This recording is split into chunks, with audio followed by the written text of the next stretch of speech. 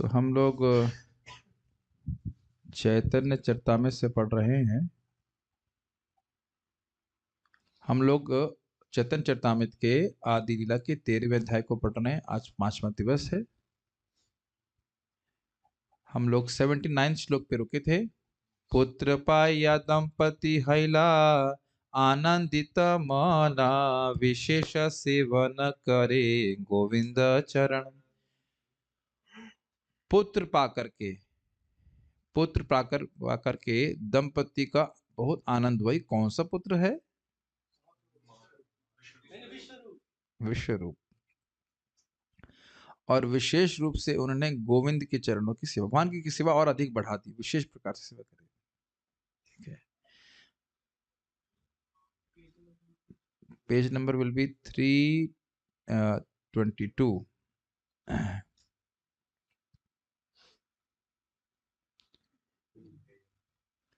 अब महाप्रभु के बारे में बात आ रही है। 1406 शके शेष माघ मासे जगन्नाथ शचिर देहे कृष्णेर प्रवेशे।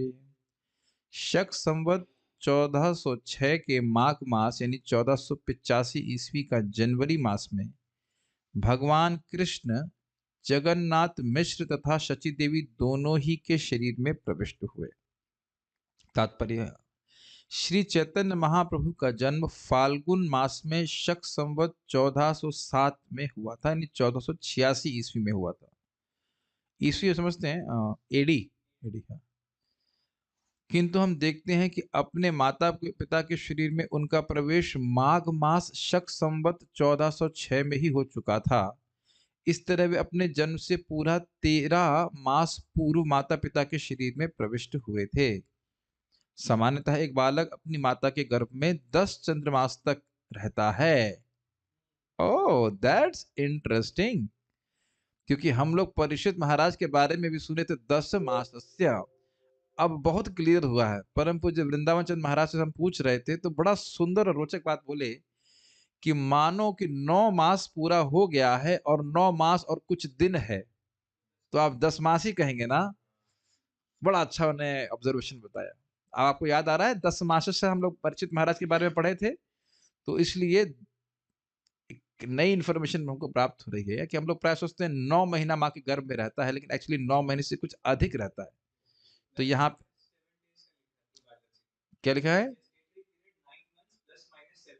तो कह रहे हैं 9 महीना प्लस माइनस 7 डेज, तो मतलब 7 दिन 10 दिन हो जाता है। और मैंने सुना ऐसा बता रहे थे, फिर मैं रिपीट करूंगा, आनंद कृष्ण प्रभु बता रहे थे कुछ रेफरेंस देकर के, कि रेफरेंस नहीं देते, कुछ पढ़े थे कहीं, कह रहे थे कि लड़का जब होता है तो 9 महीना 10 दिन रहता है, ऐसा कुछ होता है। ऐसा होता है। हाँ, तो होता होगा, क्या जाने। ब्रह्मचारी हम लोग क्या समझे इस बात को, लेकिन जो होता होगा तो होता ही होगा, पता नहीं, डिवोटीज जानते होंगे। इसमें लिखा एक बालक अपनी माता के 10 मंथ 10 डेज। अरे शुभ गोविंद प्रभु, आप जानते हो। ओपिनियन दे रहे हैं तो ठीक है। एक बालक अपने माता पिता के गर्भ में 10 चंद्रमास तक रहता है, किंतु हम देखते हैं कि महाप्रभु अपने माता के गर्भ में 13 मास तक रहे। क्या कारण है नहीं पता। मिश्र कहे शची स्थाने देखी आनारीता ज्योतिर्मय देह गेह लक्ष्मी अधिष्ठिता। जगन्नाथ मिश्र ने शची माता से कहा, मैं आश्चर्य देख रहा हूं, तुम्हारा शरीर ज्योति से युक्त है, चमचमा रहा है, और इसी प्रकार की माता देवकी भी लगी थी। और वाले कहा था कि ज्योति मानो ढक गई हो इस प्रकार से, फिर भी उनकी प्रभा चमक रही थी उस जेल में। और ऐसा लगता है कि साक्षात लक्ष्मी देवी मेरे घर पधारी हैं। मतलब वो लक्ष्मी के समान लग रही थी शची माता। जहां तहां सर्वलोक करे सम्मान घरे पाठाइया देना दया धन वस्त्र धान। जहां तहां लोग मेरा सम्मान करते हैं, पहले अनुवाद पढ़ते हैं। मैं जहां कहीं जाता हूं लोग मेरा सम्मान करते हैं, वे मेरे कहे बिना ही स्वेच्छा से मुझे धन वस्त्र तथा दान देते हैं। जहां तहां सर्वलोग करे सम्मान, जहां तहां मैं जाता हूं लोग मेरा सम्मान करते हैं। और घरे पठाइया, पठाई का अर्थ क्या है? भेजते हैं, भेज कर घर में भेज देते हैं। मांगता भी नहीं, घर में भेज देते हैं और भेज कर क्या देते हैं, धन वस्त्र और दान देते हैं। मोहित रूप पढ़ने गए हैं क्या अभी? घर मतलब भरतपुर? अच्छा ठीक। तात्पर्य, अच्छा ठीक। क्लास लेने नहीं आए थे क्लास तो कैसे इसकी चेहरा दिखा के चले जाते। ब्राह्मण किसी का दास नहीं बनता, अन्य किसी की सेवा करना शूद्रों का कार्य है। ब्राह्मण का सहज विश्वास है कि भगवान उसकी रक्षा करेंगे, क्योंकि भगवान उसकी, वो भगवान की सेवा में लगे हुए हैं। अभी सहज विश्वास नहीं है तभी तो नौकरी करेगा कोई व्यक्ति, और ये सहज विश्वास आना भी बड़ा मुश्किल है। एकदम भगवान पे आश्रित रह करके जीना बड़ा कठिन कार्य है कि नहीं? पहली बात तो ये है कि अपनी आवश्यकताएं बहुत कम रखनी पड़ेंगी, और वास्तविक ब्राह्मण तो रखता ही था, क्योंकि पढ़ाई कब करेगा फिर, अध्ययन कब करेगा, तब कब करेगा। तो ये सब बातें हैं, रियली ब्राह्मण बनना कठिन है, क्योंकि वह समाज का शिक्षक, गुरु और उपदेशक होता है। ये कुछ आपको समझ में आ गए? जो व्यक्ति दूसरे के अधिष्ठ, मतलब जैसे आप लोग अपने बॉस को कुछ शिक्षा दे पाएंगे? क्यों नहीं दे पाएंगे? क्योंकि इनसे इंडिपेंडेंट नहीं। बहुत सिंपल बात है, बात बहुत सिंपल है, इज इट नॉट? अगर फाइनेंशियली किसी पे डिपेंडेंट हैं, मान लो बच्चे लोग भी हैं जो भक्ति करते हैं, माता पिता पे डिपेंडेंट है, अब उनकी शिक्षा अब देंगे भी तो वो सुनने वाले नहीं है। हो सकता है सुन लें, लेकिन देने में घबराहट होगी ना, अरे कहीं हमारे जो भक्ति कर रहे हैं भी बंद करा दिया, या खाना बंद करा दिया, ऐसे मतलब करते तो नहीं है, लेकिन एक डर तो व्यक्ति को रहता है। और जब व्यक्ति इंडिपेंडेंट है तो बोल सकता है, बता सकता है, उपदेश दे सकता है। समाज के सारे लोग उसे सारी आवश्यक वस्तुएं प्रदान करते हैं। भगवत गीता में कहा गया है कि भगवान ने समाज के 4 विभाग किए हैं, ब्राह्मण, क्षत्रिय, वैश्य तथा शूद्र। समाज इस वैज्ञानिक विभाजन के बिना सुचारू रूप से नहीं चल सकता। मैं इसकी व्याख्या कर नहीं रहा हूँ, समझ रहे होंगे लोग उसको, नहीं इतना बस समझ लीजिए, वैज्ञानिक इसलिए है क्योंकि ये, पहली बात तो भगवान की तरह दिया है, दूसरा इसको आप डिस्ट्रॉय नहीं कर सकते। इस जगत में आप देखो, अगर हम ब्राह्मण नहीं तो साइंटिस्ट आजकल चल रहे हैं, भले ही वो है आध्यात्मिक ज्ञान नहीं दे रहे, लेकिन ज्ञान का अनुशीलन तो कर रहे हैं, और वो बोल क्लेम करते हैं कि हम समाज के कल्याण के लिए करते हैं, इसलिए हमको पैसे दो, वैसे करके ये हमारा पेट भरी, और बहुत पैसे इकट्ठा करते हैं साइंटिस्ट। फॉर एग्जाम्पल, अगर ये जो चंद्र एक्सपीडिशन, इसमें कितने ट्रिलियंस ऑफ डॉलर्स इकट्ठे हो रहे हैं, वहां पे जाकर के वो बिल्डिंग बनाएंगे, तो सबके पीछे कुछ साइंटिस्ट लगे अपनी बुद्धि लगा रहे हैं, लेकिन आई मीन इट्स वेस्ट। ब्राह्मण को चाहिए कि समाज के सारे लोगों को अच्छी सलाह दे। क्षत्रिय को प्रशासन, कानून तथा समाज व्यवस्था देखनी चाहिए। वैश्यों को अन्न उत्पन्न करना और समाज के लिए आवश्यक वस्तुओं का व्यापार करना चाहिए, जबकि शूद्रों को समाज के उच्च वर्गों, ब्राह्मण, क्षत्रिय तथा वैश्य की सेवा करनी चाहिए। कुछ बातें आप ध्यान दे रहे हैं यहाँ पे? देखिए, क्षत्रिय का प्रशासन तो समझ में आ रहा है, कानून और समाज की व्यवस्था, मतलब क्षत्रिय का कर्तव्य है कि वर्णाश्रम ठीक से चलना चाहिए, सब लोग अपने कर्तव्य करते रहे। ये भी नहीं है कि ब्राह्मण को परेशान करे, ये भी नहीं होना चाहिए, और वैश्य भी गड़बड़ ना करे। आजकल देख रहे हैं ना, वो अन्न को गबन कर लेते हैं, कितना परसेंट, वह भी नहीं अलाउड है, बिल्कुल नहीं अलाउड है। और दूसरी बड़ी इंटरेस्टिंग बात है, बात करें, आवश्यक वस्तुओं का व्यापार करना चाहिए। अब दारू का, पता नहीं क्या क्या, प्लास्टिक का, और बहुत सारी वस्तुओं का व्यापार, ये सब कोई मतलब नहीं है। तो देख रहे हैं धर्म को किस तरह से प्रोटेक्शन किया जा रहा है। जो बेसिकली जो शरीर को स्वस्थ रखने के लिए वस्तुएं चाहिए, उनका व्यापार करें। कपड़ा, बर्तन, ये सब ठीक है, ये सब जरूरत पड़ती है, तो वह सब चीजें ठीक है, स्वस्थ रहे शरीर, उससे द्वारा हम आध्यात्मिक प्रगति कर सकते हैं। आजकल तो उसका विस्तार बहुत हो गया। अच्छा, एक और बात है कि यहाँ सब दिया जा रहा है, सेवा करनी चाहिए, और वो करेंगे भी इसी प्रकार से। जिसकी जो प्रवृत्ति होती है उसके लिए वो करना सहज होता है। अब ये कठिनाई ये कि आजकल सब शूद्र हो रहा है, तो इसलिए सब नौकरी करना चाहते हैं।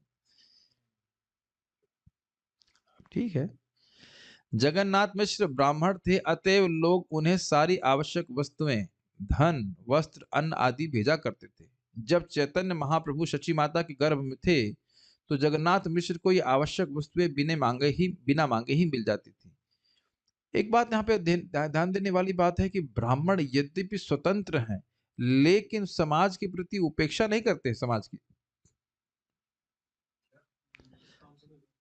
ब्राह्मण जो है वह समाज से इंडिपेंडेंट है, लेकिन उनका उत्तरदायित्व तो है जो निभाते हैं, इस कारण से कृतज्ञतावश समाज उनको वस्तुएं देता है। Does that make sense? ये बात नहीं समझ में आ रही है? तो ये बहुत इंपॉर्टेंट बात समझने की है कि ब्राह्मण यद्यपि वह इंडिपेंडेंट है, वह किसी की नौकरी नहीं कर रहा है, लेकिन वह भगवान की बात बताते हैं, धर्म के बारे में बताते हैं, ज्ञान देते हैं, उससे लोग लाभान्वित होते हैं। देखिए व्यक्ति सब कुछ प्राप्त हो, लेकिन अगर फॉर एग्ज़ाम्पल आप बात करें, भक्ति नहीं प्राप्त हो, सुखी होने वाला है बताइए? और इस्कॉन में लोग डोनेशन क्यों दे रहे हैं? बहुत बार लोग सोचते हैं एटीजी बचाने के लिए हो या ओटीजी लाने के लिए, ऐसा नहीं है।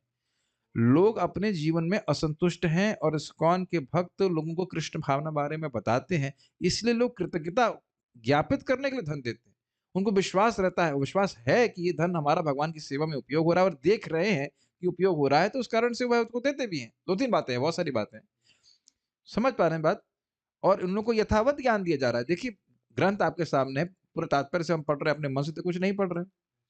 और जब परंपरा में ज्ञान व्यक्ति को दी जाता है, तो अपने जीवन में आलोक अनुभव करता है। Does it make sense? आप इस्कॉन को एक पूरे एक टोटल वे में देखें तो एक ब्राह्मणिकल ऑर्गेनाइज़ेशन है, जिसपे मुश मेन एम्फेसिस देखिए इसमें क्या है? पुस्तक वितरण। किसी भी वर्ल्ड में आप किसी सोसाइटी को देख लीजिए, मैं वर्ल्ड से मेरा मतलब है कि वैष्णव संप्रदाय की बात कर रहा हूँ, जहाँ पे किताबों का इतना वितरण पे जोर दिया जाता हो। अन्य संप्रदाय में भी दिए मान संप्रदाय मतलब अन्य धर्मों में भी दिया जाता है, लेकिन पढ़ने पे इतना जोर नहीं देते। इतनी एजुकेशन कहीं पे भी नहीं। किसी को भी आप पूछेंगे ना, वो उनको ज़्यादा पता नहीं रहता है। मैं नाम नहीं बोलना चाहता हूँ यहाँ पे, लेकिन कुछ कुछ धर्म जो पढ़ाने वाले हैं, लीडर हैं, उनको ही नहीं पता है धर्म के बारे में, वो उसको जो चेले हैं, उन्हें क्या मालूम चलेगा? आपने देखा है प्राय एक गुरुजी होते हैं और बस बाकी सब चेले ही चेले रहते हैं, लाखों करोड़ों में। उन उतनों उनको कुछ ज्ञान नहीं रहता है। बिल्कुल रूडिमेंटरी और वो भी कचड़ा ज्ञान रहता है। हमारे गुरुजी ने बताया नहीं कि भगवान कौन है और दूसरों को बताने के लिए भी नहीं बोला है। आप 15 दिन हमारे संग बोरा पहनिए तो आप समझ जाएँगे भगवान कौन है। कुछ भी ये मैं इस्कॉन को ओवरऑल आप देखें तो एक ब्राह्मणिकल ऑर्गेनाइजेशन है कि नहीं? जिसमें इतने सारे प्रचारक हैं, है कि नहीं?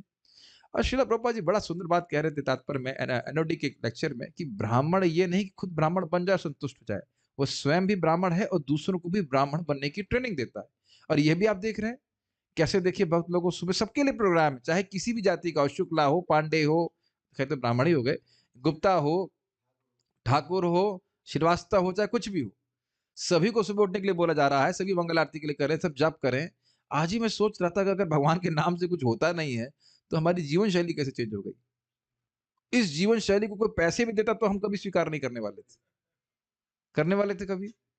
आपने कभी देखा है लोगों को पैसे दिए जा रहे हो, मंगल आरती आते हो, जप करते हो? मैं तो नहीं समझ रहा हूँ ऐसा कोई होता होगा। पैसे दे के भी नहीं करने वाला है कोई। अरे पैसे दे के नहीं छोड़ेंगे क्या हम? बहुत रेयर कोई है। और बिना पैसे के व्यक्ति कर रहा है, तप कर रहा है, हरि नाम जप कर रहा है, ये सब नहीं हो सकता है। कर ही नहीं सकता इस तरह से। तो आप देख रहे हैं किस प्रकार से ब्राह्मण बनने की ट्रेनिंग दी जा रही है और इसी कारण से लोग धन के रूप में भी सारी व्यवस्था करते हैं और खुद एक प्रॉपर इस्कॉन का डिवोटी अपने आप में संतुष्ट रहता है। मतलब ये नहीं हाय तौबा रहती है, हाय ये चाहिए, आज वो चाहिए, ये चाहिए, वो जानते से कोई संतुष्टि तो है नहीं। वो चाहे गृहस्थी में हो, चाहे ब्रह्मचारी हो, चाहे कहीं पे भी हो।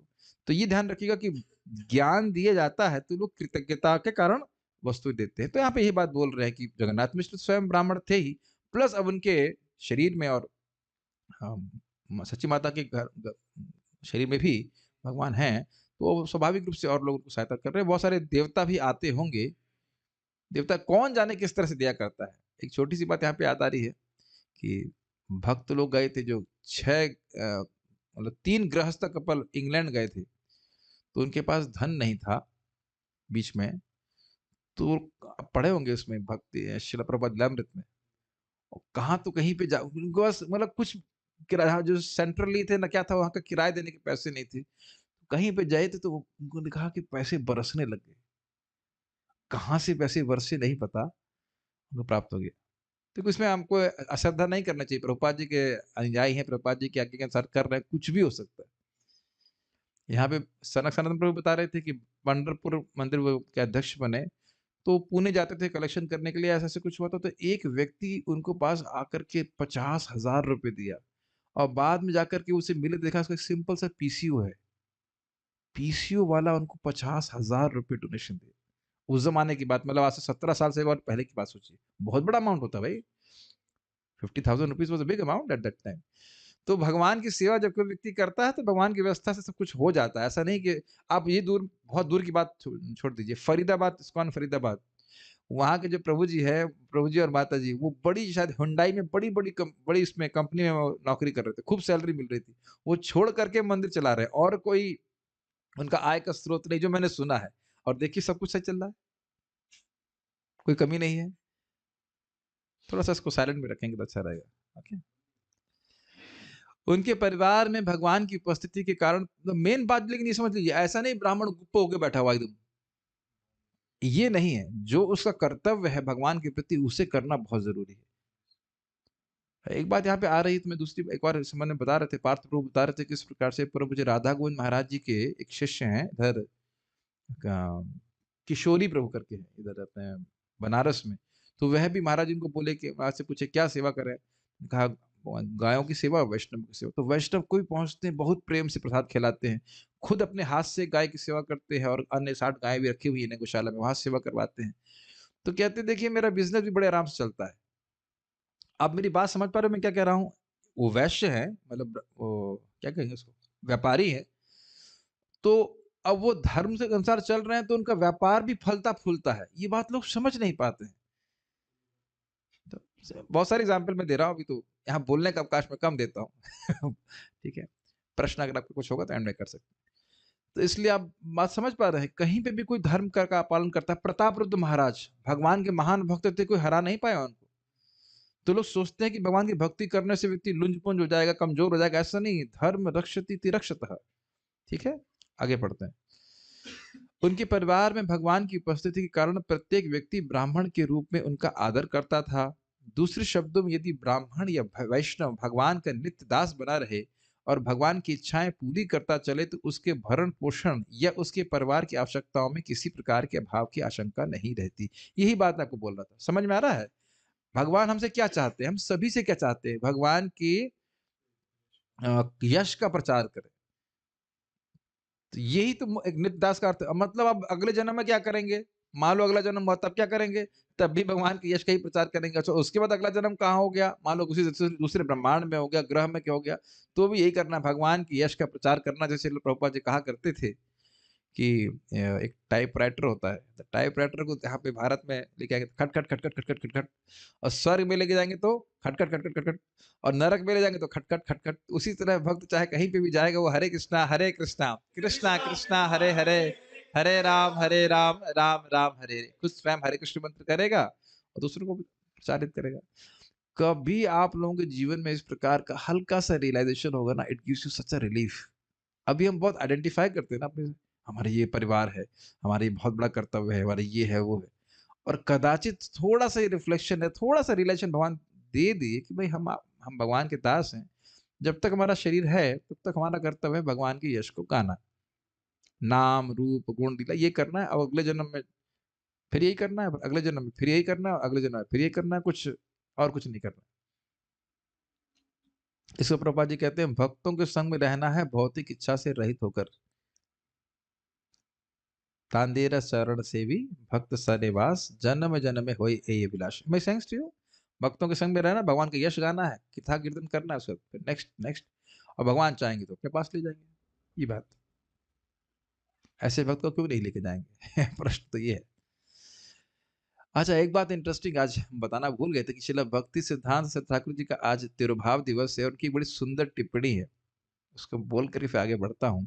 कि कह रहे थे कि मानो इस जगत में सारी पुस्तकें खत्म हो जाए, तो कुछ रखने के लिए कहा जाए तो भगवत गीता, श्रीमद् भागवतम और चैतन्य चरितामृत को रखना चाहिए।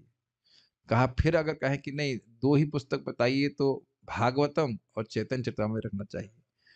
और ने कहा कि अच्छा मानो कहा जाए कि एक ही पुस्तक रखना चाहिए, तो उन्होंने कहा श्री चैतन्य चरितामृत को रखना चाहिए।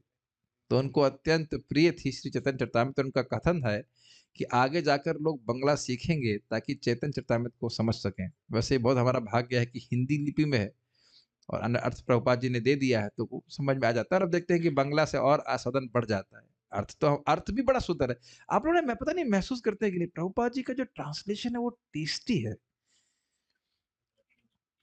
कुछ उसमें कुछ, मैं कल भी इसको इंग्लिश में भी पढ़ रहा था, कुछ कुछ स्पेशल रस है अनुवाद में। वो क्योंकि वो खुद प्रभुपाद इसको आस्वादन कर रहे हैं, तो जो ट्रांसलेट भी करते हैं तो उसमें स्वाद अनुभव होता है। इसलिए हम लोग अब चाहे कुछ भी हो, मुझे याद भी दिला देना, हम अनुवाद ज़रूर पढ़ेंगे, ठीक है? तो श्रील भक्ति सिद्धांत ठाकुर जी की को प्रसन्न करने के लिए हम लोग कंटिन्यू करेंगे, इसको चैतन्य चरितामृत को कंटिन्यू करेंगे अंत तक, भगवान ने चाहा तो। शची कहे मुई देखो आकाश ऊपरे, दिव्य मूर्ति लोक सब ये न स्तुति करे। इसका अनुवाद देखते हैं। शची माता ने अपने पति से कहा, मुझे बाह्य आकाश में अत्यंत विचित्र तेजोमय पुरुष प्रकट होते दिख रहे हैं, मानो वे स्तुति कर रहे हो। कुछ याद आ रहा है भागवत से? गर्भ स्तुति, माँ के गर्भ में भगवान कृष्ण हैं, देवकी माँ के गर्भ में, और बाहर देवता लोग क्या बोल रहे हैं, हम आपकी शरण में हैं, हम आपकी शरण में हैं, ऐसे करके गर्भ स्तुति की गई थी। तो यहाँ पे बंगला देखते हैं। शची कहे, शची माता कह रही थी, कहती हैं उनसे, मुई देखो आकाश ऊपर है, मैं आकाश के ऊपर देखती हूँ। किसको देखती हैं? दिव्य मूर्ति लोक, लोक यहाँ पे अर्थ है लोग, इसलिए बोल रहे हैं दिव्य रूप स्वरूप वाले लोगों को देखती हूँ, सब ये ना स्तुति कर रहे, जो सबके सब स्तुति करते हैं। अब किसकी स्तुति कर रहे हैं नहीं समझ रही हैं। तात्पर्य, पृथ्वी पर हर कोई जगन्नाथ मिश्र का आदर करता था और उन्हें सारी वस्तुएं प्राप्त होती रहती थी।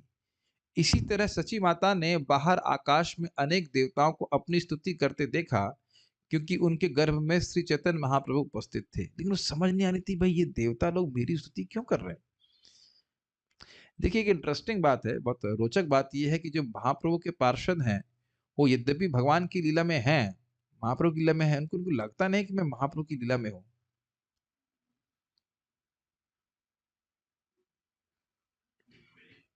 Does that make sense? They feel it's like a normal life. कुछ समझ पा रहे हैं? ऐसा वो नहीं सोचते कि अच्छा प्लॉट में क्या है, अगला स्क्रिप्ट में क्या लिखा हुआ है। समझ में आ रहा है आपको?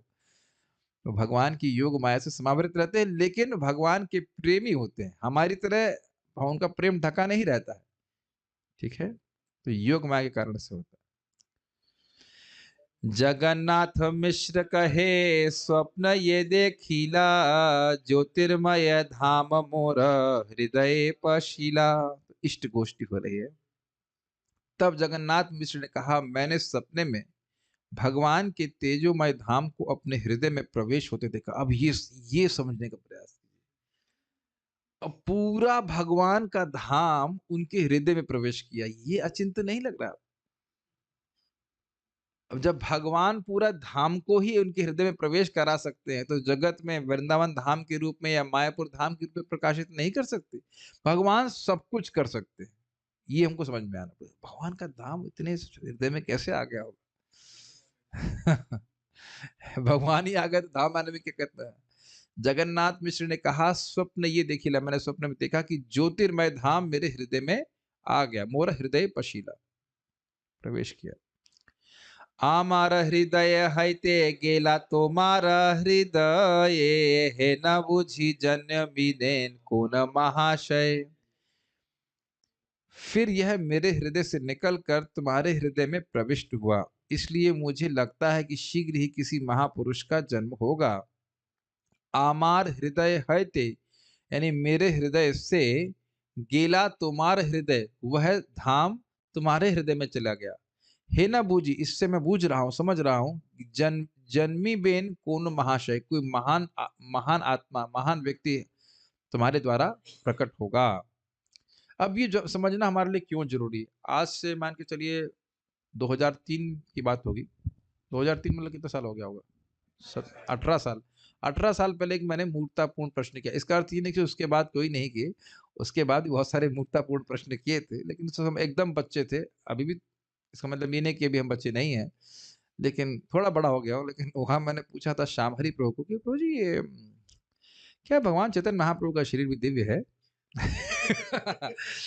एकदम नया, तो कुछ पता तो था नहीं। मैंने कहा क्या भगवान, भगवान भी बोल रहा हूँ, भगवान चैतन्य महाप्रभु का शरीर भी दिव्य है? तो कहते हैं और क्या, आपको संदेह है इसमें? भाई स्वयं भगवान श्री कृष्ण, एकदम शुरुआत में बिल्कुल ब्लैंक होता है ना व्यक्ति, को समझ ही नहीं आता। उनको सोच रहे थे कि संत हैं, ऐसे करके कुछ कुछ समझ में नहीं आ रहा था ऐसे। जैसे आज सुबह सुबह एक भक्त ने, एक हमको, हमारे ग्रुप के भक्त, हम एक बताया उन्हें, अच्छा स्पेकुलेशन किए कि क्यों महाप्रभु विश्वरूप को अपना बड़ा भाई मानते थे, लेकिन अब उसको हम यहाँ पे नहीं बताएंगे। वो व्याख्या बड़ी हास्यास्पद थी। एनीवेज, तो हमने कहा कि नहीं, आप स्पेकुलेट मत कीजिए, आप सुनिए कि अध्याय 1 से लेकर 8 तक। तो इससे हमें क्या समझ रहे हैं, मैं क्यों बात बोल रहा हूँ। भगवान श्री कृष्ण के समान ही श्रीमद चैतन्य महाप्रभु, भगवान स्वयं श्री कृष्ण, तो जैसे भगवान अवतरित होते हैं अपने आत्म माया अपनी शक्ति के द्वारा, उसी प्रकार से जगन्नाथ मिश्र और सची माता के द्वारा महाप्रभु प्रकट हो रहे हैं, और उनका शरीर पूरी तरह चिन्मय है। ये सब उसके लक्षण है, कि प्रोसेस बताया जा रहा है। एतबलि बह रहे हर्षित हैया, शालग्राम सेवा करे विशेष करिया।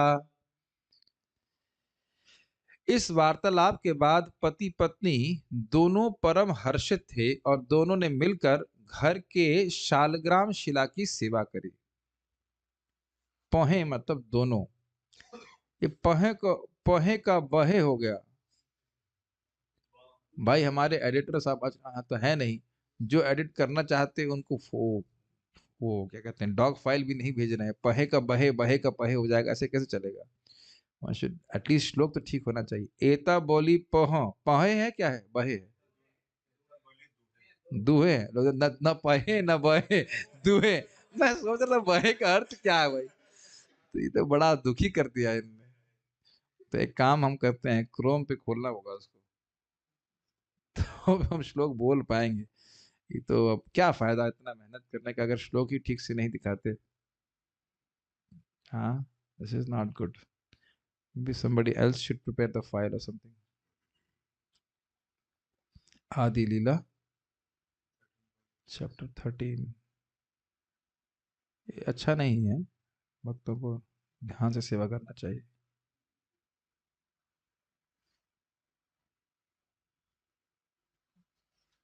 ओके, टेक्स्ट इज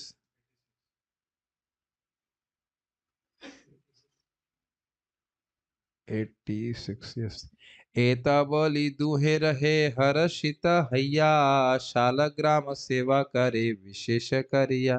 इस प्रकार से बोल करके दोनों लोग हर्षित हुए। अब समझ में आता है बहे का क्या अर्थ है, बहे और पहे। और शालिग्राम की सेवा उन्होंने विशेष रूप से करी, मतलब और विशेष रूप से शालिग्राम की सेवा को बढ़ाया। अब शालिग्राम क्या होता है देखते हैं। तात्पर्य, विशेषकर हर ब्राह्मण के घर में सारे परिवार द्वारा पूजा करने के लिए शालिग्राम शिला होनी चाहिए। यह प्रथा अब भी चालू है। आप लोगों के घर में भी है क्या, है? जैसे शुक्ला वगैरह होगा ना, शुक्ला पांडे उनके घर में रहते हैं। हाँ, नहीं, है, लेकिन ये ब्राह्मणों की बात, मतलब जाति की बात, जब जाति से ब्राह्मण रहते हैं, जो लोग ब्राह्मण जाति के हैं और ब्राह्मण कुल में जन्मे हैं, उन्हें शालग्राम शिला की पूजा करनी चाहिए। मुझे याद आ रहा है कि वो ब्राह्मण तो है, मुझे नहीं जान रहा हूँ, लेकिन अ, हम एक गांव में गए थे, वहां पे शालिग्राम शिला थी और विग्रह भी थे भगवान के। तो वो जो इतनी पूजा कर रहा था, तो जैसे चाय बनाता और ऐसे लेकर के छिड़कता था, भोग भी नहीं लगाता, छिड़क देता था शालिग्राम के ऊपर। ओ नो, शालिग्राम भी सोच रहा कि चाय की बारिश चाय चाय की बारिश हो रही है मेरे के ऊपर, देख रहे हैं कितना लोग अपराध कलेक्ट करते हैं कि क्या कहा जाए। तो हम तो आंखों से देखे थे, ऐसा नहीं कि किसी को सुना, आंखों से देखा कि चाय का छिड़क मार रहा से हमारे छिड़क रहा था, पहुंच रहा था कि नहीं पहुंच रहा था। शालिग्राम में साक्षात विष्णु निवास करते हैं। वो एक्चुअली साक्षात भगवान विष्णु का स्वरूप है वो, उसमें इंस्टॉलेशन की भी जरूरत नहीं। लेकिन हम लोगों को टेक्निकली स्पीकिंग ब्राह्मण इनिशिएटेड सेकंड इनिशिएशन प्राप्त करके ही शालिग्राम की सेवा का अधिकार प्राप्त होता है। इस्कॉन में पांचारात्य की विधि से दीक्षा दी जाती है।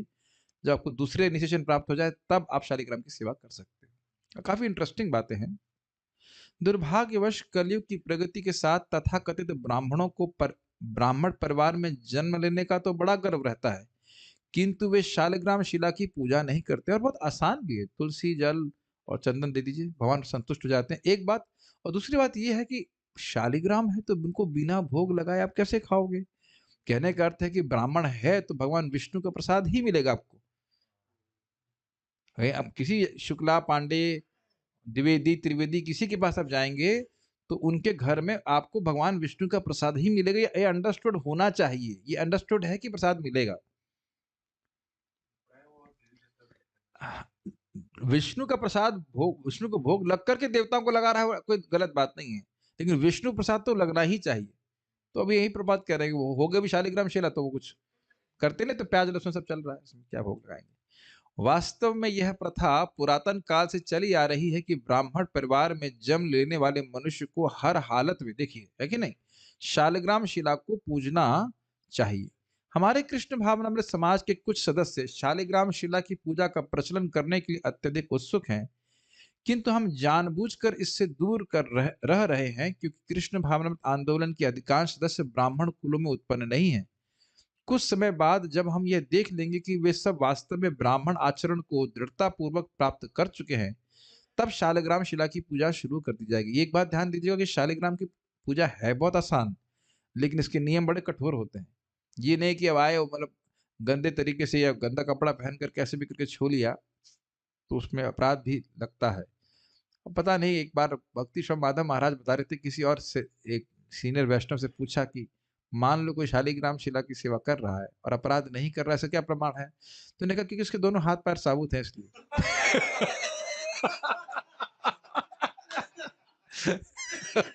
अब ये विनोद में बोला कि क्या बोला पता नहीं, लेकिन कथा में सुना था, बात याद आ गई। तो ये नहीं है कि कोई भी उठाकर शालिग्राम को ले आया और सेवा करना शुरू कर दिया, इसके लिए नियम होता है, ठीक है। इसीलिए प्रभुपाद जी कह रहे हैं, देखिए ध्यान दीजिएगा, प्रभुपाद यह नहीं कह रहे कि ब्राह्मण कुल में जन्म नहीं लिया है इसलिए शालिग्राम की सेवा नहीं कर सकते, ये नहीं बोला है प्रभुपाद जी ने। प्रभुपाद जी ये बोल रहे हैं कि ब्राह्मणिकल प्रिंसिपल्स को ठीक ठीक पालन करें। बहुत सिंपल सी बात है, जैसे हम कई बार, एक छोटी सी बात बता रहा हूँ, भाई जिन कपड़ों में आप सो जाते हैं, तो अब उस बेड वो कपड़ा वो सब अपवित्र हो जाता है। आप लोग कई बार मान लो मेरे रूम पे आते होंगे, बोलते हैं नहीं बेड पे मेरा मेरा फ्रेश कपड़ा कभी बेड पे मत रखिए या उस पे मत बैठिए, आप मुझको भी बैठा हुआ नहीं देखेंगे। जब खाली लेटने जाते हैं फॉर ऑब्वियस रीजंस, तो तब हम उसमें दूसरा वस्त्र पहन लेते हैं। मान लो इस कुर्ते को पहन करके मैं सोने जा रहा हूँ, तब उस कुर्ते को पहन करके फिर मैं अब यहाँ पे क्लास देने नहीं आता हूँ। भले वो सब एक ही कलर के लगते हैं, लेकिन वो ऐसा नहीं हो, चेंज कर दिया जाता है। Does that make sense? ये जो भी त्रिवेदी ब्राह्मण शुक्ला है, एटलीस्ट उनको तो फॉलो करना चाहिए और सभी वक्त करना चाहिए। जो व्यक्ति नाम जप कर रहा है, अहो बता स्वपचतो गरियान, तो वह ब्राह्मण से भी सर्वश्रेष्ठ। तो कितना नियम पालन करना चाहिए। अब आप लोग जो नौकरी कर रहे होंगे, ये कैसे नियम है, ये सब इस्कॉन डिवोटीज को पालन करना चाहिए, क्योंकि कठिन नहीं। आप बीमार हैं एक अलग बात है, हर दिन व्यक्ति बीमार नहीं पड़ता है। किसी भी अपवित्र अवस्था प्राप्त होने का उसका डेफिनेशन आप समझ लीजिएगा। उसके बाद मान लो बाथरूम गया है, बाथरूम का मतलब लैट्रिन इत्यादि गया है, तो उसके बाद अब उसको कपड़े जो पहने रहते हैं उसको आप पहन कर कहीं प्रवेश नहीं कर सकते, रूम में भी प्रवेश नहीं कर सकते। ये भक्तों को पता है, लेकिन अब हो सकता है कुछ लोगों को नहीं पता हो, तो हम बता रहे हैं। अब ये बड़ी कठिनाई है कि हम मंदिर जाते हैं तो कौन होते नियम का पालन करता होगा। सब हमको प्राय लोग स्पर्श भी कर लेते हैं, अब उसका तो हम कुछ नहीं कर सकते, लेकिन ये सब है नियम। स्पेशली पुजारी जा रहा हो तो आपको छूना नहीं चाहिए कभी भी। अगर वो किसी तरह से अपवित्र हुआ तो उस अपराध का हम पर प्रभाव पड़ेगा, हमने अपवित्र किया। हम पता नहीं पवित्र है कि नहीं, मोजा पवित्र है कि नहीं है, ये ध्यान रखना चाहिए। इस स्वेटर पे भी घटित होता है, टोपी पे भी होता है। तो इतने तो गरीब हमारा कोई भी नहीं है, तो अगर आप सोने के लिए टोपी है तो टोपी, स्वेटर, जूता तो नहीं चाहिए लेकिन मोजा जो भी है वो सब अलग होना चाहिए, ठीक है। ये सब सीखना बहुत जरूरी है, ये बहुत जरूरी है। आप शालिग्राम की सेवा ऐसे नहीं कि बस ऐसे गंदे मंदे आए उसका सेवा करना शुरू कर दिया। हमारा तो भाव है, भाव ऐसे करके ऐसा नहीं होता है, ठीक है, ध्यान दीजिएगा। Anyways, मतलब डिस्करेज भी नहीं किया जा रहा है, लेकिन आचरण होना चाहिए ब्राह्मण का। मैं देखा था कुछ तो परम पूज्य भक्ति बृहद भागवत महाराज यहाँ पे आए थे, और कुछ तो वस्तु यहाँ से उठाकर कैसे कर दिए थे किनारे, याद नहीं आ रहा क्या। फिर तुरंत बोले जल दो, यहाँ नहीं, सॉरी, गुमाता डिपार्टमेंट में आए थे। हाँ वो मोजा उतारे थे ऐसे कुछ, तुरंत उसके बाद बोले मुझे आचमन दो, तो जल से मुझे हाथ धोना है। ये कोई छुआछूत नहीं है, पाम आपने टच किया है, मोजा पे हाथ लगाया है, जो कुछ भी है, तो आपका हाथ पवित्र है। अब उसी से ग्रंथ पकड़ेंगे या और कुछ चीज पकड़ेंगे तो ठीक नहीं, या माला करेंगे तो वो चीज ठीक नहीं। आज हम इस क्लास में क्यों आए? बेसिक तो एटिकेट होना चाहिए, आचमन का जल होना चाहिए इस युग में। लेकिन प्रभुपाद अब एनकरेज कर रहे हैं, इस युग में शालिग्राम शिला का पूजन उतना महत्वपूर्ण नहीं जितना कि भगवान नाम का कीर्तन। यह शास्त्र का आदेश है, हरेर नाम हरेर नाम हरेर नाम एव केवलम, कलौ नास्तेव नास्तेव नास्तेव गतिर अन्यथा। अब तो बल मिल गया, क्योंकि हरे कृष्ण मंत्र करने में तो नहाने का भी नियम नहीं है। वो भी जाड़े में, कितना अच्छा नियम है कि इसमें नहाने का नियम नहीं। श्रील जीव गोस्वामी का मत है कि अपराध रहित होकर भगवान नाम का कीर्तन करने से मनुष्य पूर्ण बनता है। फिर भी मन को शुद्ध करने के लिए मंदिर में अर्चा विग्रह की पूजा भी आवश्यक है। अतएव जब मनुष्य की आध्यात्मिक चेतना उन्नत होती है या वह आध्यात्मिक पद पर ठीक से स्थित होता है, तब वह शालिग्राम शिला की पूजा कर सकता है। एक बात आप जरा विचार कीजिए कि जो शिला प्रभुपाद जी ने प्रणाम दिया है, अगर वो नहीं होता तो हमारे लिए आध्यात्मिक प्रगति करना कितना कठिन होता। मेरी बात समझे, मंगल आरती नहीं होती तो हम कभी शायद उठने वाले नहीं थे जब के लिए। ये हमने बस पार्टी में देखा है, मंगल आरती वगैरह होता नहीं है तो भक्त लोग एक दो दिन तो उठते हैं जब के लिए, फिर एक मतलब मैं मेरे संग जो गए थे, मैं नहीं कह रहा हूँ कि सभी बस पार्टी में ऐसा होता, हमने देखा कि लोगों का उत्साह कम होने लग जाता है। वो जब भी धीरे धीरे करेंगे, आएंगे, उठेंगे, सारे लोग नहीं करते। मैंने प्रैक्टिकल देखा, बस पार्टी में मैं लेके गया था, तो भक्तों का उत्साह, डांटने के बाद भी नहीं उठते, कुछ ढीला माना जाता है। लेकिन मंगल आरती में देख रहे हैं ना, उत्साह होता है। उसके बाद जब उठ गए तब जब तो हम कर ही लेंगे। मतलब मैं केवल मंगल आरती को एक दृष्टि से बोल रहा हूँ, ऐसा नहीं कि मंगल आरती का अपना में इंडिपेंडेंट कोई फायदा नहीं है। मेरी बातें कुछ समझ में आ रही हैं? मंगल आरती के लिए व्यक्ति उठ जाता है, 4:30 बजे तक पहुंच गया किसी तरह से, उसके बाद जब कर लेगा। सभी का तो उत्साह नहीं ना कि अब 3 बजे हम उठेंगे केवल जप करने के लिए। अगर मान लीजिए प्रभुपाद जी ने केवल यही साधना दी होती कि सुबह 3 से लेकर 9 बजे तक जप करना है, कितने लोग टिक पाते इस साधना में? ऑल्दो अब मान लो आपको व्यक्ति अभ्यास करने लग जाए तो कर सकता है, ऐसी बात नहीं, असंभव नहीं। प्रभुपाद जी ने पहले 64 राउंड्स केवल जप का बोला था, केवल जप करो बस। तो वही प्रभुपाद हमें बात बोल रहे हैं कि केवल जप से भी हम पूरी तरह परफेक्ट हो सकते हैं, श्रवण कीर्तन के द्वारा ही हो सकते हैं। लेकिन आप देखिए हमारा मन अस्थिर हो जाता है, और अब अलग अलग अंग मिल जाते हैं भक्ति के जो कि सब शक्तिशाली हैं, अर्चा विग्रह की सेवा, नाम संकीर्तन इत्यादि, तो हमारा मन लगा रहता है, हमारे लिए आसान है। कल आशुतोष प्रभु बता रहे थे कि पता ही नहीं चलता है ना, 6 7 8 घंटे कहाँ चले गए सुबह से शाम तक। Is it not? सुबह सुबह एटलीस्ट तो और कुछ करने का अवकाश ही नहीं मिलता है, देखा जाए। देख रहे हैं टाइम का एक कंस्ट्रेंट सा रहता है कि बहुत कम कर पा रहे हैं और कुछ। आप पता नहीं मेरी बात आप समझ रहे हैं? जब अपने आप में पर्याप्त है, भगवान का नाम पर्याप्त है, लेकिन हम प्राय लोग नहीं कर पाएंगे, इसलिए अलग अलग इंगेजमेंट, डिवोशनल इंगेजमेंट दिए गए हैं। दर्शनार्थी नहीं होती, कैसा लगता है बताओ?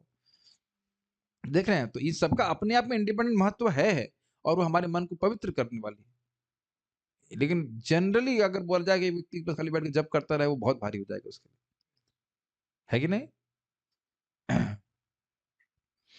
ये इसलिए बोल रहा हूँ कि जीव गोस्वामी जी भी कोट करते हैं कि कैसे प्रभुपाद को कोट करते हैं कि देखिए भक्ति संदर्भ में लिखा हुआ है कि बिना किसी विग्रह की सेवा के भी व्यक्ति हरे कृष्ण मंत्र के द्वारा, श्रवण कीर्तन के द्वारा वह परफेक्ट हो सकता है, भगवान का प्रेमी बन सकता है। ऐसा नहीं कि विग्रह की सेवा करेगा तभी परफेक्ट होगा।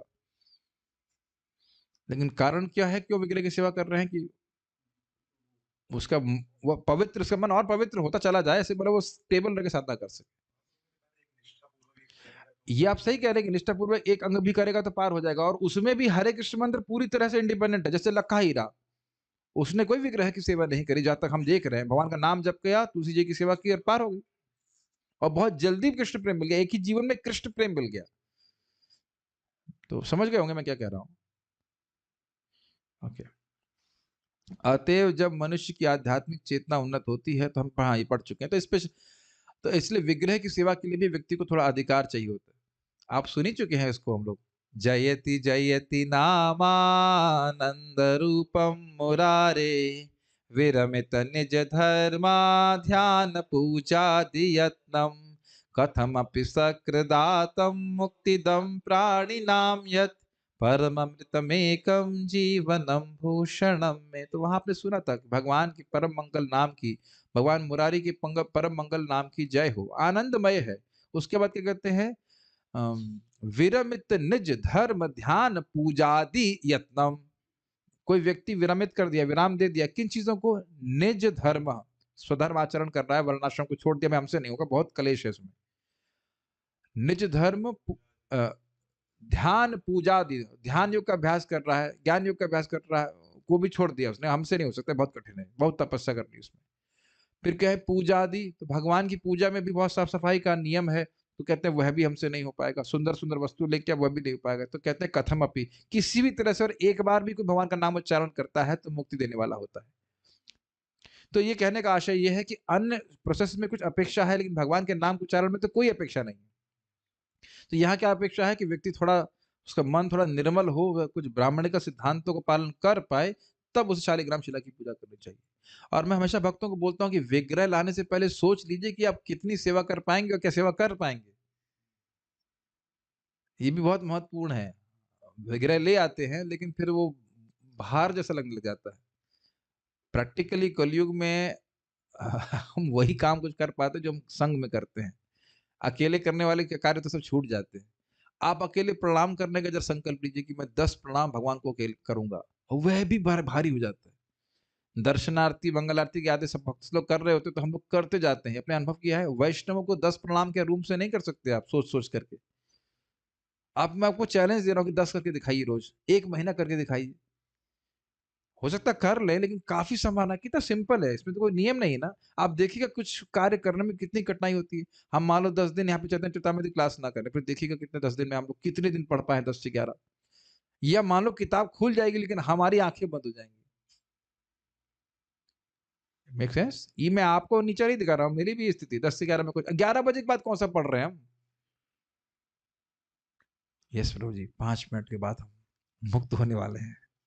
बट एक बात ध्यान रखिए, ये जो रोज रोज हो रहा है ये बहुत लाभकारी है। ठीक है चल, एनीवेज, हम बात कर रहे थे, सब सारी बातों का प्रयोजन ये था कि जब व्यक्ति थोड़ा शुद्ध स्तर पे आएगा तब वो विग्रह की सेवा करने के योग्य होता है। जगन्नाथ मिश्र के हृदय से शची माता के हृदय में भगवान के स्थानांतरण की व्याख्या शिला भक्ति सिद्धांत सरस्वती ठाकुर ने इस प्रकार की है।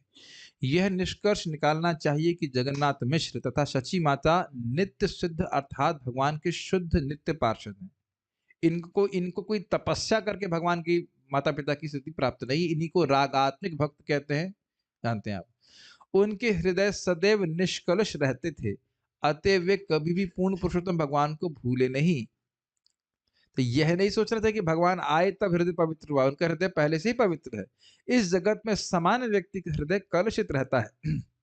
अतएव दिव्य पद प्राप्त करने के लिए उसे सर्वप्रथम अपना हृदय शुद्ध करना चाहिए। आज भी इसे विचार कर रहा था बार बार, धौतात्मा पुरुषम पादम एकम न मुंचति। एक बार हमारा हृदय शुद्ध हो जाएगा तो भगवान हमारे हृदय को कभी नहीं छोड़ने वाले। इस वन टाइम प्रोसेस, और हम भूल जाते हैं, इसलिए याद करना जरूरी है कि हमारे हृदय को शुद्ध करना ये हमारा प्रोजेक्ट है। बस इतना ही बोलूंगा, बाकी आप मनन करके समझ लीजिएगा इसको। हमारे हृदय को शुद्ध करना ये प्रोजेक्ट है, और इसका कोऑर्डिनेटर मैं स्वयं हूं, नो वन एल्स। मेरा हृदय गंदा ना हो और शुद्ध होता जाए, इसका ध्यान मुझे स्वयं रखना है। किंतु जगन्नाथ मिश्र तथा शची माता सामान्य पुरुष तथा स्त्री न थे, उन जिनके हृदय कलुषित रहे हों। जब हृदय शुद्ध होता है तो वह वसुदेव पद को प्राप्त कहा जाता है, अर्थात तुरिया स्थिति, अर्थात त्रिगुणात्मक स्थिति से परे। यह एक और अर्थ समझ सकते हैं, स्वप्न, जागृति और सुषुप्ति से परे। इन शब्दों के अर्थ समझते हैं। स्वप्न मतलब वह अवस्था जब हम लोग सो रहे होते हैं, उसमें उनको स्वप्न आ रहे होते हैं, ये ठीक है। जागृति मीन्स हम लोग जगे हैं और फुल्ली अवेयर है, कॉन्शियस। आप लोग हैं ना अभी यहाँ पे क्लास में, तो आप लोग कॉन्शियस हैं, तो इसे जागृति कहा जाता है। और सुषुप्ति मतलब स्वप्नावस्था भी नहीं होती, एकदम गहरी नींद, इसका अनुभव भी होता है। और आप लोग कई बार देखे होंगे कि ऐसी गहरी नींद आ जाती है कुछ समय के लिए भी, तो एकदम मन व्यक्ति का फ्रेश हो जाता है। अपने समझते हैं गहरी नींद का अर्थ, जिसमें कोई स्वप्न नहीं आता, हर दिन ही अनुभव करते हैं। एक सपन वाली नींद होती है, बिल्कुल सपने वाली बिना सपने की नींद होती है। तो इन तीनों से परे जो स्थिति है उसको तुरिया कहते हैं। तो कह रहे हैं कि ऐसी जब पूरी तरह से हृदय शुद्ध हो जाएगा तो हृदय में इस प्रकार की ये सब जागृति या सपनावस्था या सुषुप्ति की अवस्था से परे की स्थिति में हृदय रहेगा। एक बार वहां पहुंच गया तो फिर नीचे नहीं आएगा। भाव स्तर पे व्यक्ति पूरी तरह से तीनों गुणों से पार होता है। वसुदेव से वासुदेव या कृष्ण उत्पन्न हो सकते हैं जो दिव्य पद पर स्थित रहते हैं। ये समझ में आ रहा है बात? क्या है वो शब्दम? सत्वम विशुद्धम वसुदेव शब्दितम। तो अब देखिए, समझिए, जैसे वसुदेव से भगवान श्री कृष्ण प्रकट हुए, उसी प्रकार से जब भक्त का हृदय वसुदेव स्थिति में अर्थात तुरिया स्थिति में या शुद्ध सत्व स्थिति में रहता है, तब उसके भगवान हृदय में आविर्भूत होते हैं। उससे पहले मत एक्सपेक्ट हमें करना चाहिए। हमें नहीं सोचना चाहिए कि भगवान हमारे हृदय में प्रकट क्यों नहीं हो रहे। अभी हमारे हृदय में गुणों का प्रकाशन है, and it should be understood as a science. अपनी भर्सना करने के लिए नहीं बोलना जा रहा है। अभी मेरा हृदय गुणों के प्रभाव में है, तो भगवान की भक्ति करते करते सब साफ होगा, और जब गुणों का प्रकाशन पूरी तरह से समाप्त और भगवान के जो शुद्ध सत्व में मेरा हृदय स्थित होगा, तब भगवान की मूर्ति में भगवान अपने हृदय में देख पाऊंगा। इसमें कोई भर्सना करने की बात नहीं है, एक विज्ञान समझने की बात है। मुझे उम्मीद है कि ये बातें समझ में आ रही होंगी। It is quite easy to understand if you are hearing every day. यह जान लेना चाहिए कि सची माता समान स्त्रियों की तरह इंद्रिय भोग द्वारा गर्भवती नहीं हुई थी। व्याख्या की जरूरत नहीं, क्लियर है। शची माता के गर्भधारण को समान स्त्री जैसा मानना अपराध होगा, और जो व्यक्ति चैतन्य चरितामृत नहीं श्रवण कर रहा है वो इस अपराध से युक्त रहेगा। वो सोचेगा सची माता और जगन्नाथ मिश्र के संघ के द्वारा महाप्रभु की उत्पत्ति हुई। देखना, शास्त्र नहीं सुनने से कहां कहां अपराध बन जाता है। पूर्ण आध्यात्मिक चेतना प्राप्त होने पर एवं भगवान की भक्ति में सेवा में पूर्णता रत होने पर ही शची माता द्वारा गर्भधारण की बात समझ में आ सकेगी। अर्थात व्यक्ति अगर दिव्य स्तर पे होगा तब ये सब बातें समझ में आएंगी। अभी तो हम श्रद्धा से स्वीकार कर लेते हैं इस बात को। श्रीमद् भागवत में 10:2-16 में कहा गया है, भगवान अपि विश्वात्मा भक्तानाम भयंकरः आविवांशांश भागेना मन आनक दुंदुभे। यह कृष्ण जन्म विषय कथन है। भगवान कृष्ण का अवतार पहले वसुदेव के मन में प्रविष्ट हुआ और तब देवकी के मन में स्थानांतरित किया गया। शील श्रीधर स्वामी इस संदर्भ में निम्नलिखित टिप्पणी देते हैं, मन आविवेश मनसी आविर्बभूवः जीवानाम इव न धातु संबंध इत्यर्थ। तो कह रहे हैं मन आविवेशक अर्थ है कि मनसी आविर्बभूव, मन में आविर्भूत हो गए भगवान, और जीवानाम इव न, जीवानाम इव जीवों के समान, न धातु संबंध इत्यर्थ। ऐसा नहीं हुआ था कि जैसे जीवों की सृष्टि होती है माता पिता के संग के द्वारा, उस प्रकार से भगवान की सृष्टि हुई, भगवान के शरीर की सृष्टि हुई।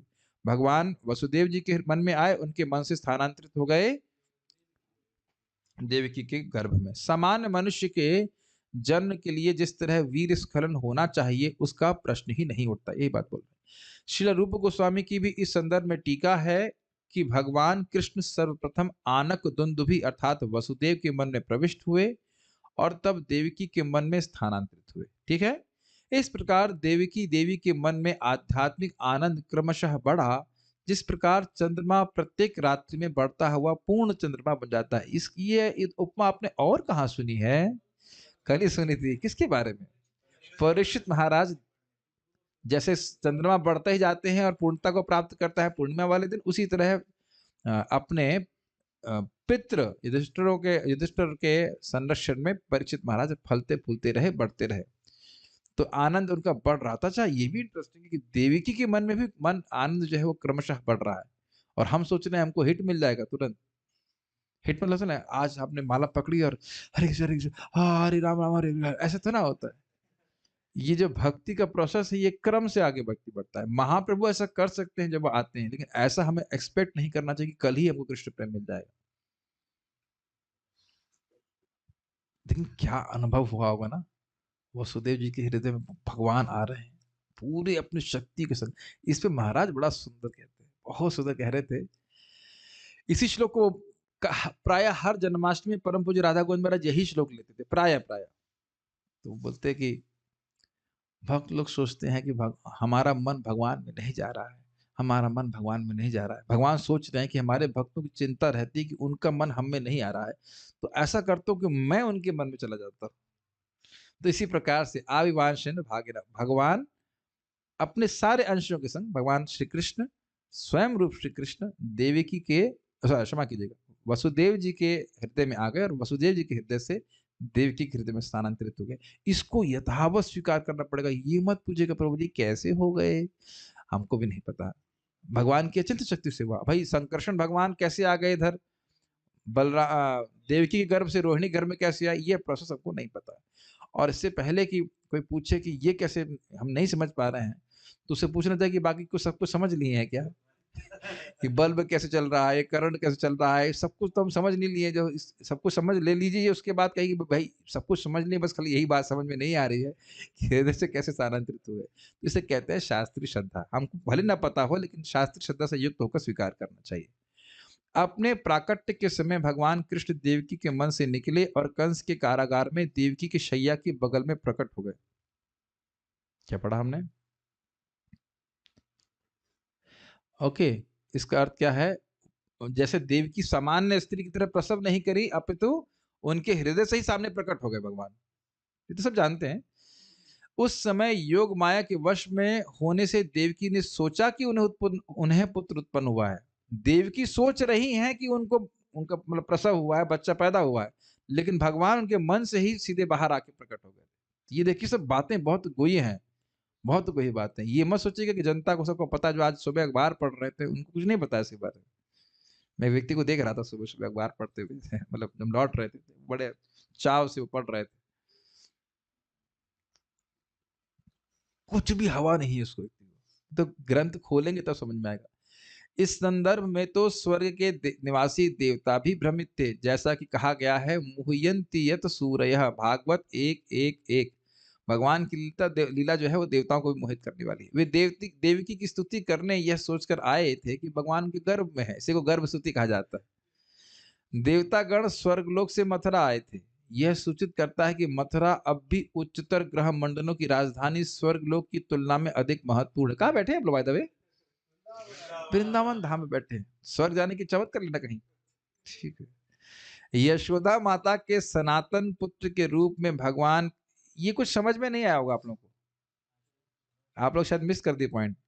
देखिए यहां से कोई स्वर्ग लोक जाने के लिए कितनी तपस्या करेगा। आप सुन चुके हैं कि इनके बारे में, मरुत राजा जी के बारे में कितना वह यज्ञ किए वो किए, और वहां के निवासी यहाँ पे आकर के, मथुरा में आकर के स्तुति कर रहे हैं, तो समझ में आना चाहिए ना कि स्थान श्रेष्ठ है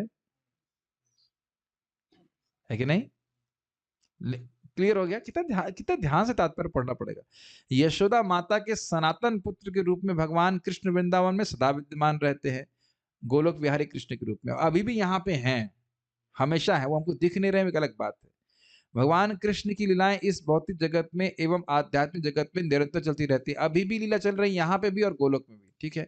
इन लीलाओं में भगवान सदैव अपने आप को माता यशोदा और पिता नंद महाराज के सनातन पुत्र मानते हैं। मतलब उनका हमेशा यही शाश्वत रूप से उनका यही भाव है कि मैं इनका पुत्र हूं, ये कहने का आशय है। श्रीमद भागवत 10:6-43 में कहा गया है, जब उदार तथा विशाल हृदय वाले नंद महाराज अपने भ्रमण से वापस आए तो उन्होंने तुरंत ही अपने पुत्र कृष्ण को अपनी गोद में उठा लिया और उनका सिर सूंघकर दिव्य आनंद की प्रतीति की।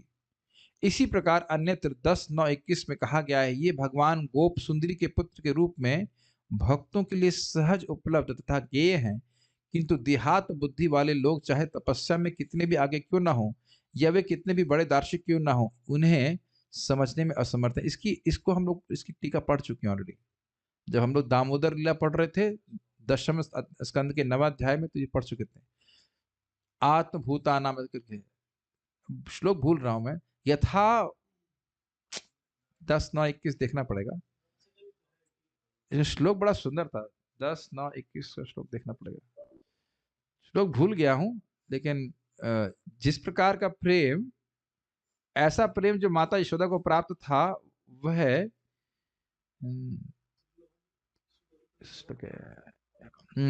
नायम सुखाप भगवान देहि नाम गोपिका सुतः ज्ञानी नाम चात्म भूतानाम यथा भक्ति मिता इह।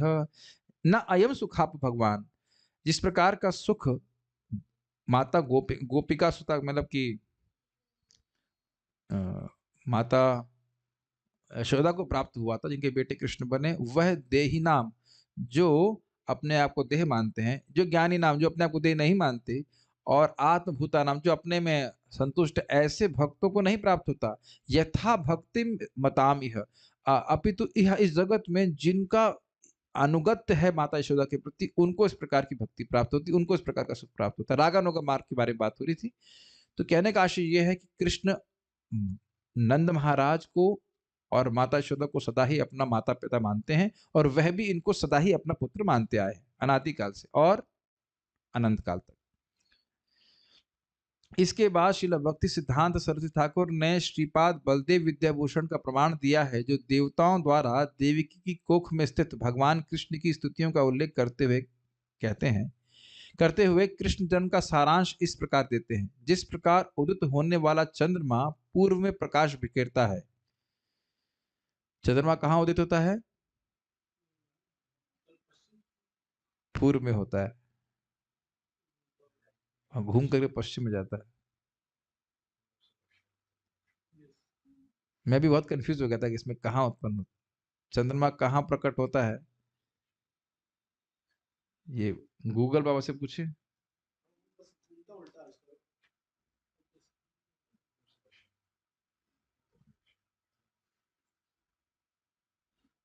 हाँ, the moon like all other sky objects rises in the east and sets in the west due to the earth rotation.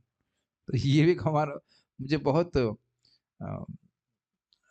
मतलब कंफ्यूजन रहता था कि भाई चंद्रमा तो वेस्ट में उगता है। ऐसा नहीं, चंद्रमा भी पूर्व में ही उदित होता है, वो रोटेशन है जो भी कारण से। एनीवेज,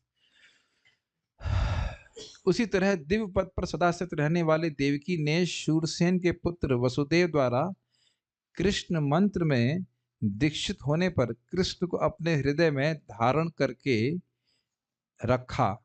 श्रीमद् भागवत 10 तो 18। अब यह क्या श्लोक है? श्लोक आप लोग बाद में पढ़ सकते हैं, प्रभुपाद बहुत सुंदर तात्पर्य इसको दिए हैं। तो ये थोड़ा सा ग्रहण, श्लोक तो एक बार बोलना चाहिए। 10:2:18। ततो जगन्मङ्गलमच्युतांशं समाहितं शूरसुतेन देवी, तधार सर्वात्मकमात्मभूतं काष्ठा यथानंदकरम मनस्तः। तो इस बात है, ये सब एक्चुअली क्या है, इसके लिए भागवत थोड़ा समझना जरूरी होता है। तो वहां पे बोला है कि भगवान वसुदेव जी के मन से देवकी के वन में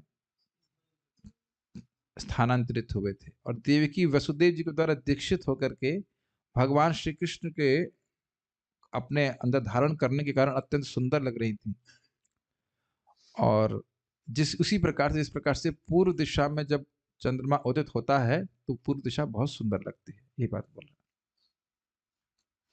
श्रीमद् भागवत के इस कथन से समझ में आता है कि पूर्ण पुरुषोत्तम भगवान आनक दुंदुभी या वसुदेव के हृदय में से स्थानांतरित होकर देवकी के हृदय में प्रकट हुए।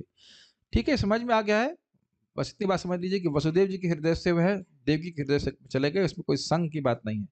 श्रील बलदेव विद्याभूषण के अनुसार देवकी के हृदय से देवकी का गर्भ ही निहितार्थ है, क्योंकि श्रीमद् भागवत में देवतागण कहते हैं दिष्टाम्बते कुक्षिगतः परः पुमान, हे माता देवकी, भगवान पहले से आपके गर्भ के भीतर है। तो कहने के हैं, ये कह रहे हैं कि हृदय में तो थे वसुदेव जी के, और वसुदेव जी से देवकी के गए गर्भ में गए। यद्यपि इसमें लिखा है कि देवकी हृदय में गए, हृदय का अर्थ है गर्भ में गए, और उनको अनुभूति भी ऐसी हुई कि मेरा गर्भ है, मेरा बच्चा है मेरे गर्भ में। और इसको यहाँ पुष्टि कर रहे हैं दिष्टाम्ब अम्ब मत, हे माता ते कुक्षिगत परह पुमान, जो परह पुरुष हैं भगवान है, वे आपकी कुक्षिगत आपके गर्भ में स्थित हैं, गर्भगत हैं।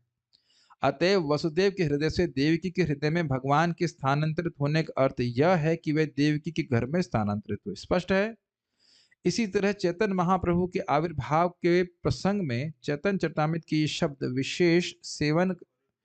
विशेष सेवन करे गोविंद चरण, वे विशेष रूप से गोविंद के चरण कमलों की पूजा करने लगे। इसके सूचक हैं कि जिस प्रकार भगवान कृष्ण वसुदेव के हृदय से निकलकर देवकी के हृदय में चले गए, उसी प्रकार चैतन्य महाप्रभु जगन्नाथ मिश्र के हृदय से शची देवी के हृदय में स्थानांतरित हो गए या शची देवी के गर्भ में स्थानांतरित हो गए। श्री चैतन्य महाप्रभु के आविर्भाव का यही रहस्य है। अतः मनुष्य को भगवान चैतन्य के आविर्भाव को सामान्य पुरुष या जीव के जन्म जैसा नहीं मानना चाहिए। यह विषय समझने में थोड़ा गूढ़ है, किंतु भगवत भक्तों को कृष्णदास कविराज गोस्वामी का कथन समझने में तनिक भी कठिनाई नहीं होगी। कुछ कठिनाई है तो आप बताइए। यहाँ कुछ कठिनाई है? नहीं है। Okay, so we shall stop here. आगे कैसे वो है, यह प्रश्न कुछ कर रहे हैं। Golok, Vrindavan and Vrindavan on this earth is same. So why it is difficult to go to Goloka, whereas we see that sometimes non-devotee also come here to Vrindavan easily. कह रहे हैं कि वृंदावन और गोलोक वृंदावन अभिन्न है, तो यहाँ पे गोलोक वृंदावन में पहुंचना कठिन है और यहाँ तो पहुंचना आसान है। देखिए व्यक्ति मतलब फिजिकल क्या कहेंगे इसको, फिजिकल क्या बोलेंगे, शारीरिक बाह्य रूप से भले इस जगत में इस वृंदावन में आ जाए, उसका लाभ भी है, लेकिन वास्तविक दर्शन वृंदावन का उसको तभी होगा जब उसके हृदय से सारी भोग वासना समाप्त हो जाएगी। विषय छाड़िया कबे शुद्ध हबे मन, तबे हम भूजाबो से वृंदावन, श्री वृंदावन। तो ये वृंदावन को वास्तविक समझ तभी होगी जब उसके हृदय की पूरी वासना समाप्त हो जाएगी। लेकिन इसका अर्थ यह नहीं कि वृंदावन का संपर्क कठिन है। अब हम हरे कृष्ण मंत्र कर रहे हैं, तो हरे कृष्ण मंत्र हम भी कर रहे हैं और गोलोक के भक्त भी कर रहे हैं, लेकिन जितना जितना प्रेम होगा, जितनी वासना समाप्त होगी, उतना हरे कृष्ण मंत्र का अनुभव में परिवर्तन आ जाएगा।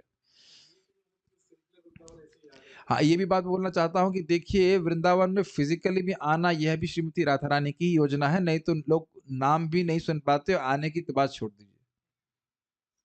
ठीक है, तो टिकट के माध्यम से भी नहीं आ सकता, योजना बना करके भी लोग नहीं आ पाते हैं। मुझे विनोद करूंगा, हमारे एक भक्त है, तो एक बार मुझको बोले प्रभु जी बस हो गया, अब तो मैं घर छोड़ करके आ जाऊंगा, आप मैंने रूम व्यवस्थित कर देंगे। ठीक है, आपके रूम व्यवस्थित कर दिया। एक हफ्ता बीत गया, नहीं आया।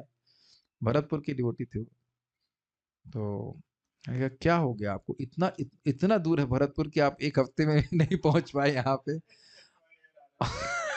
पता नहीं क्या कर रहे हैं, या तो दंडवत प्रणाम करते हुए आ रहे हैं ब्रजभूमि को, और आज तक नहीं आ पाए। और मैं समझता हूँ 2 साल बीत गया।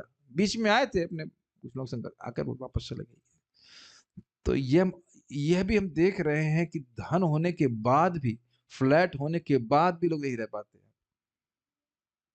ले लेकर के छोड़ के चले जाते हैं। तो ये बात भी है कि फिजिकली भी व्यक्ति नहीं आ पाता।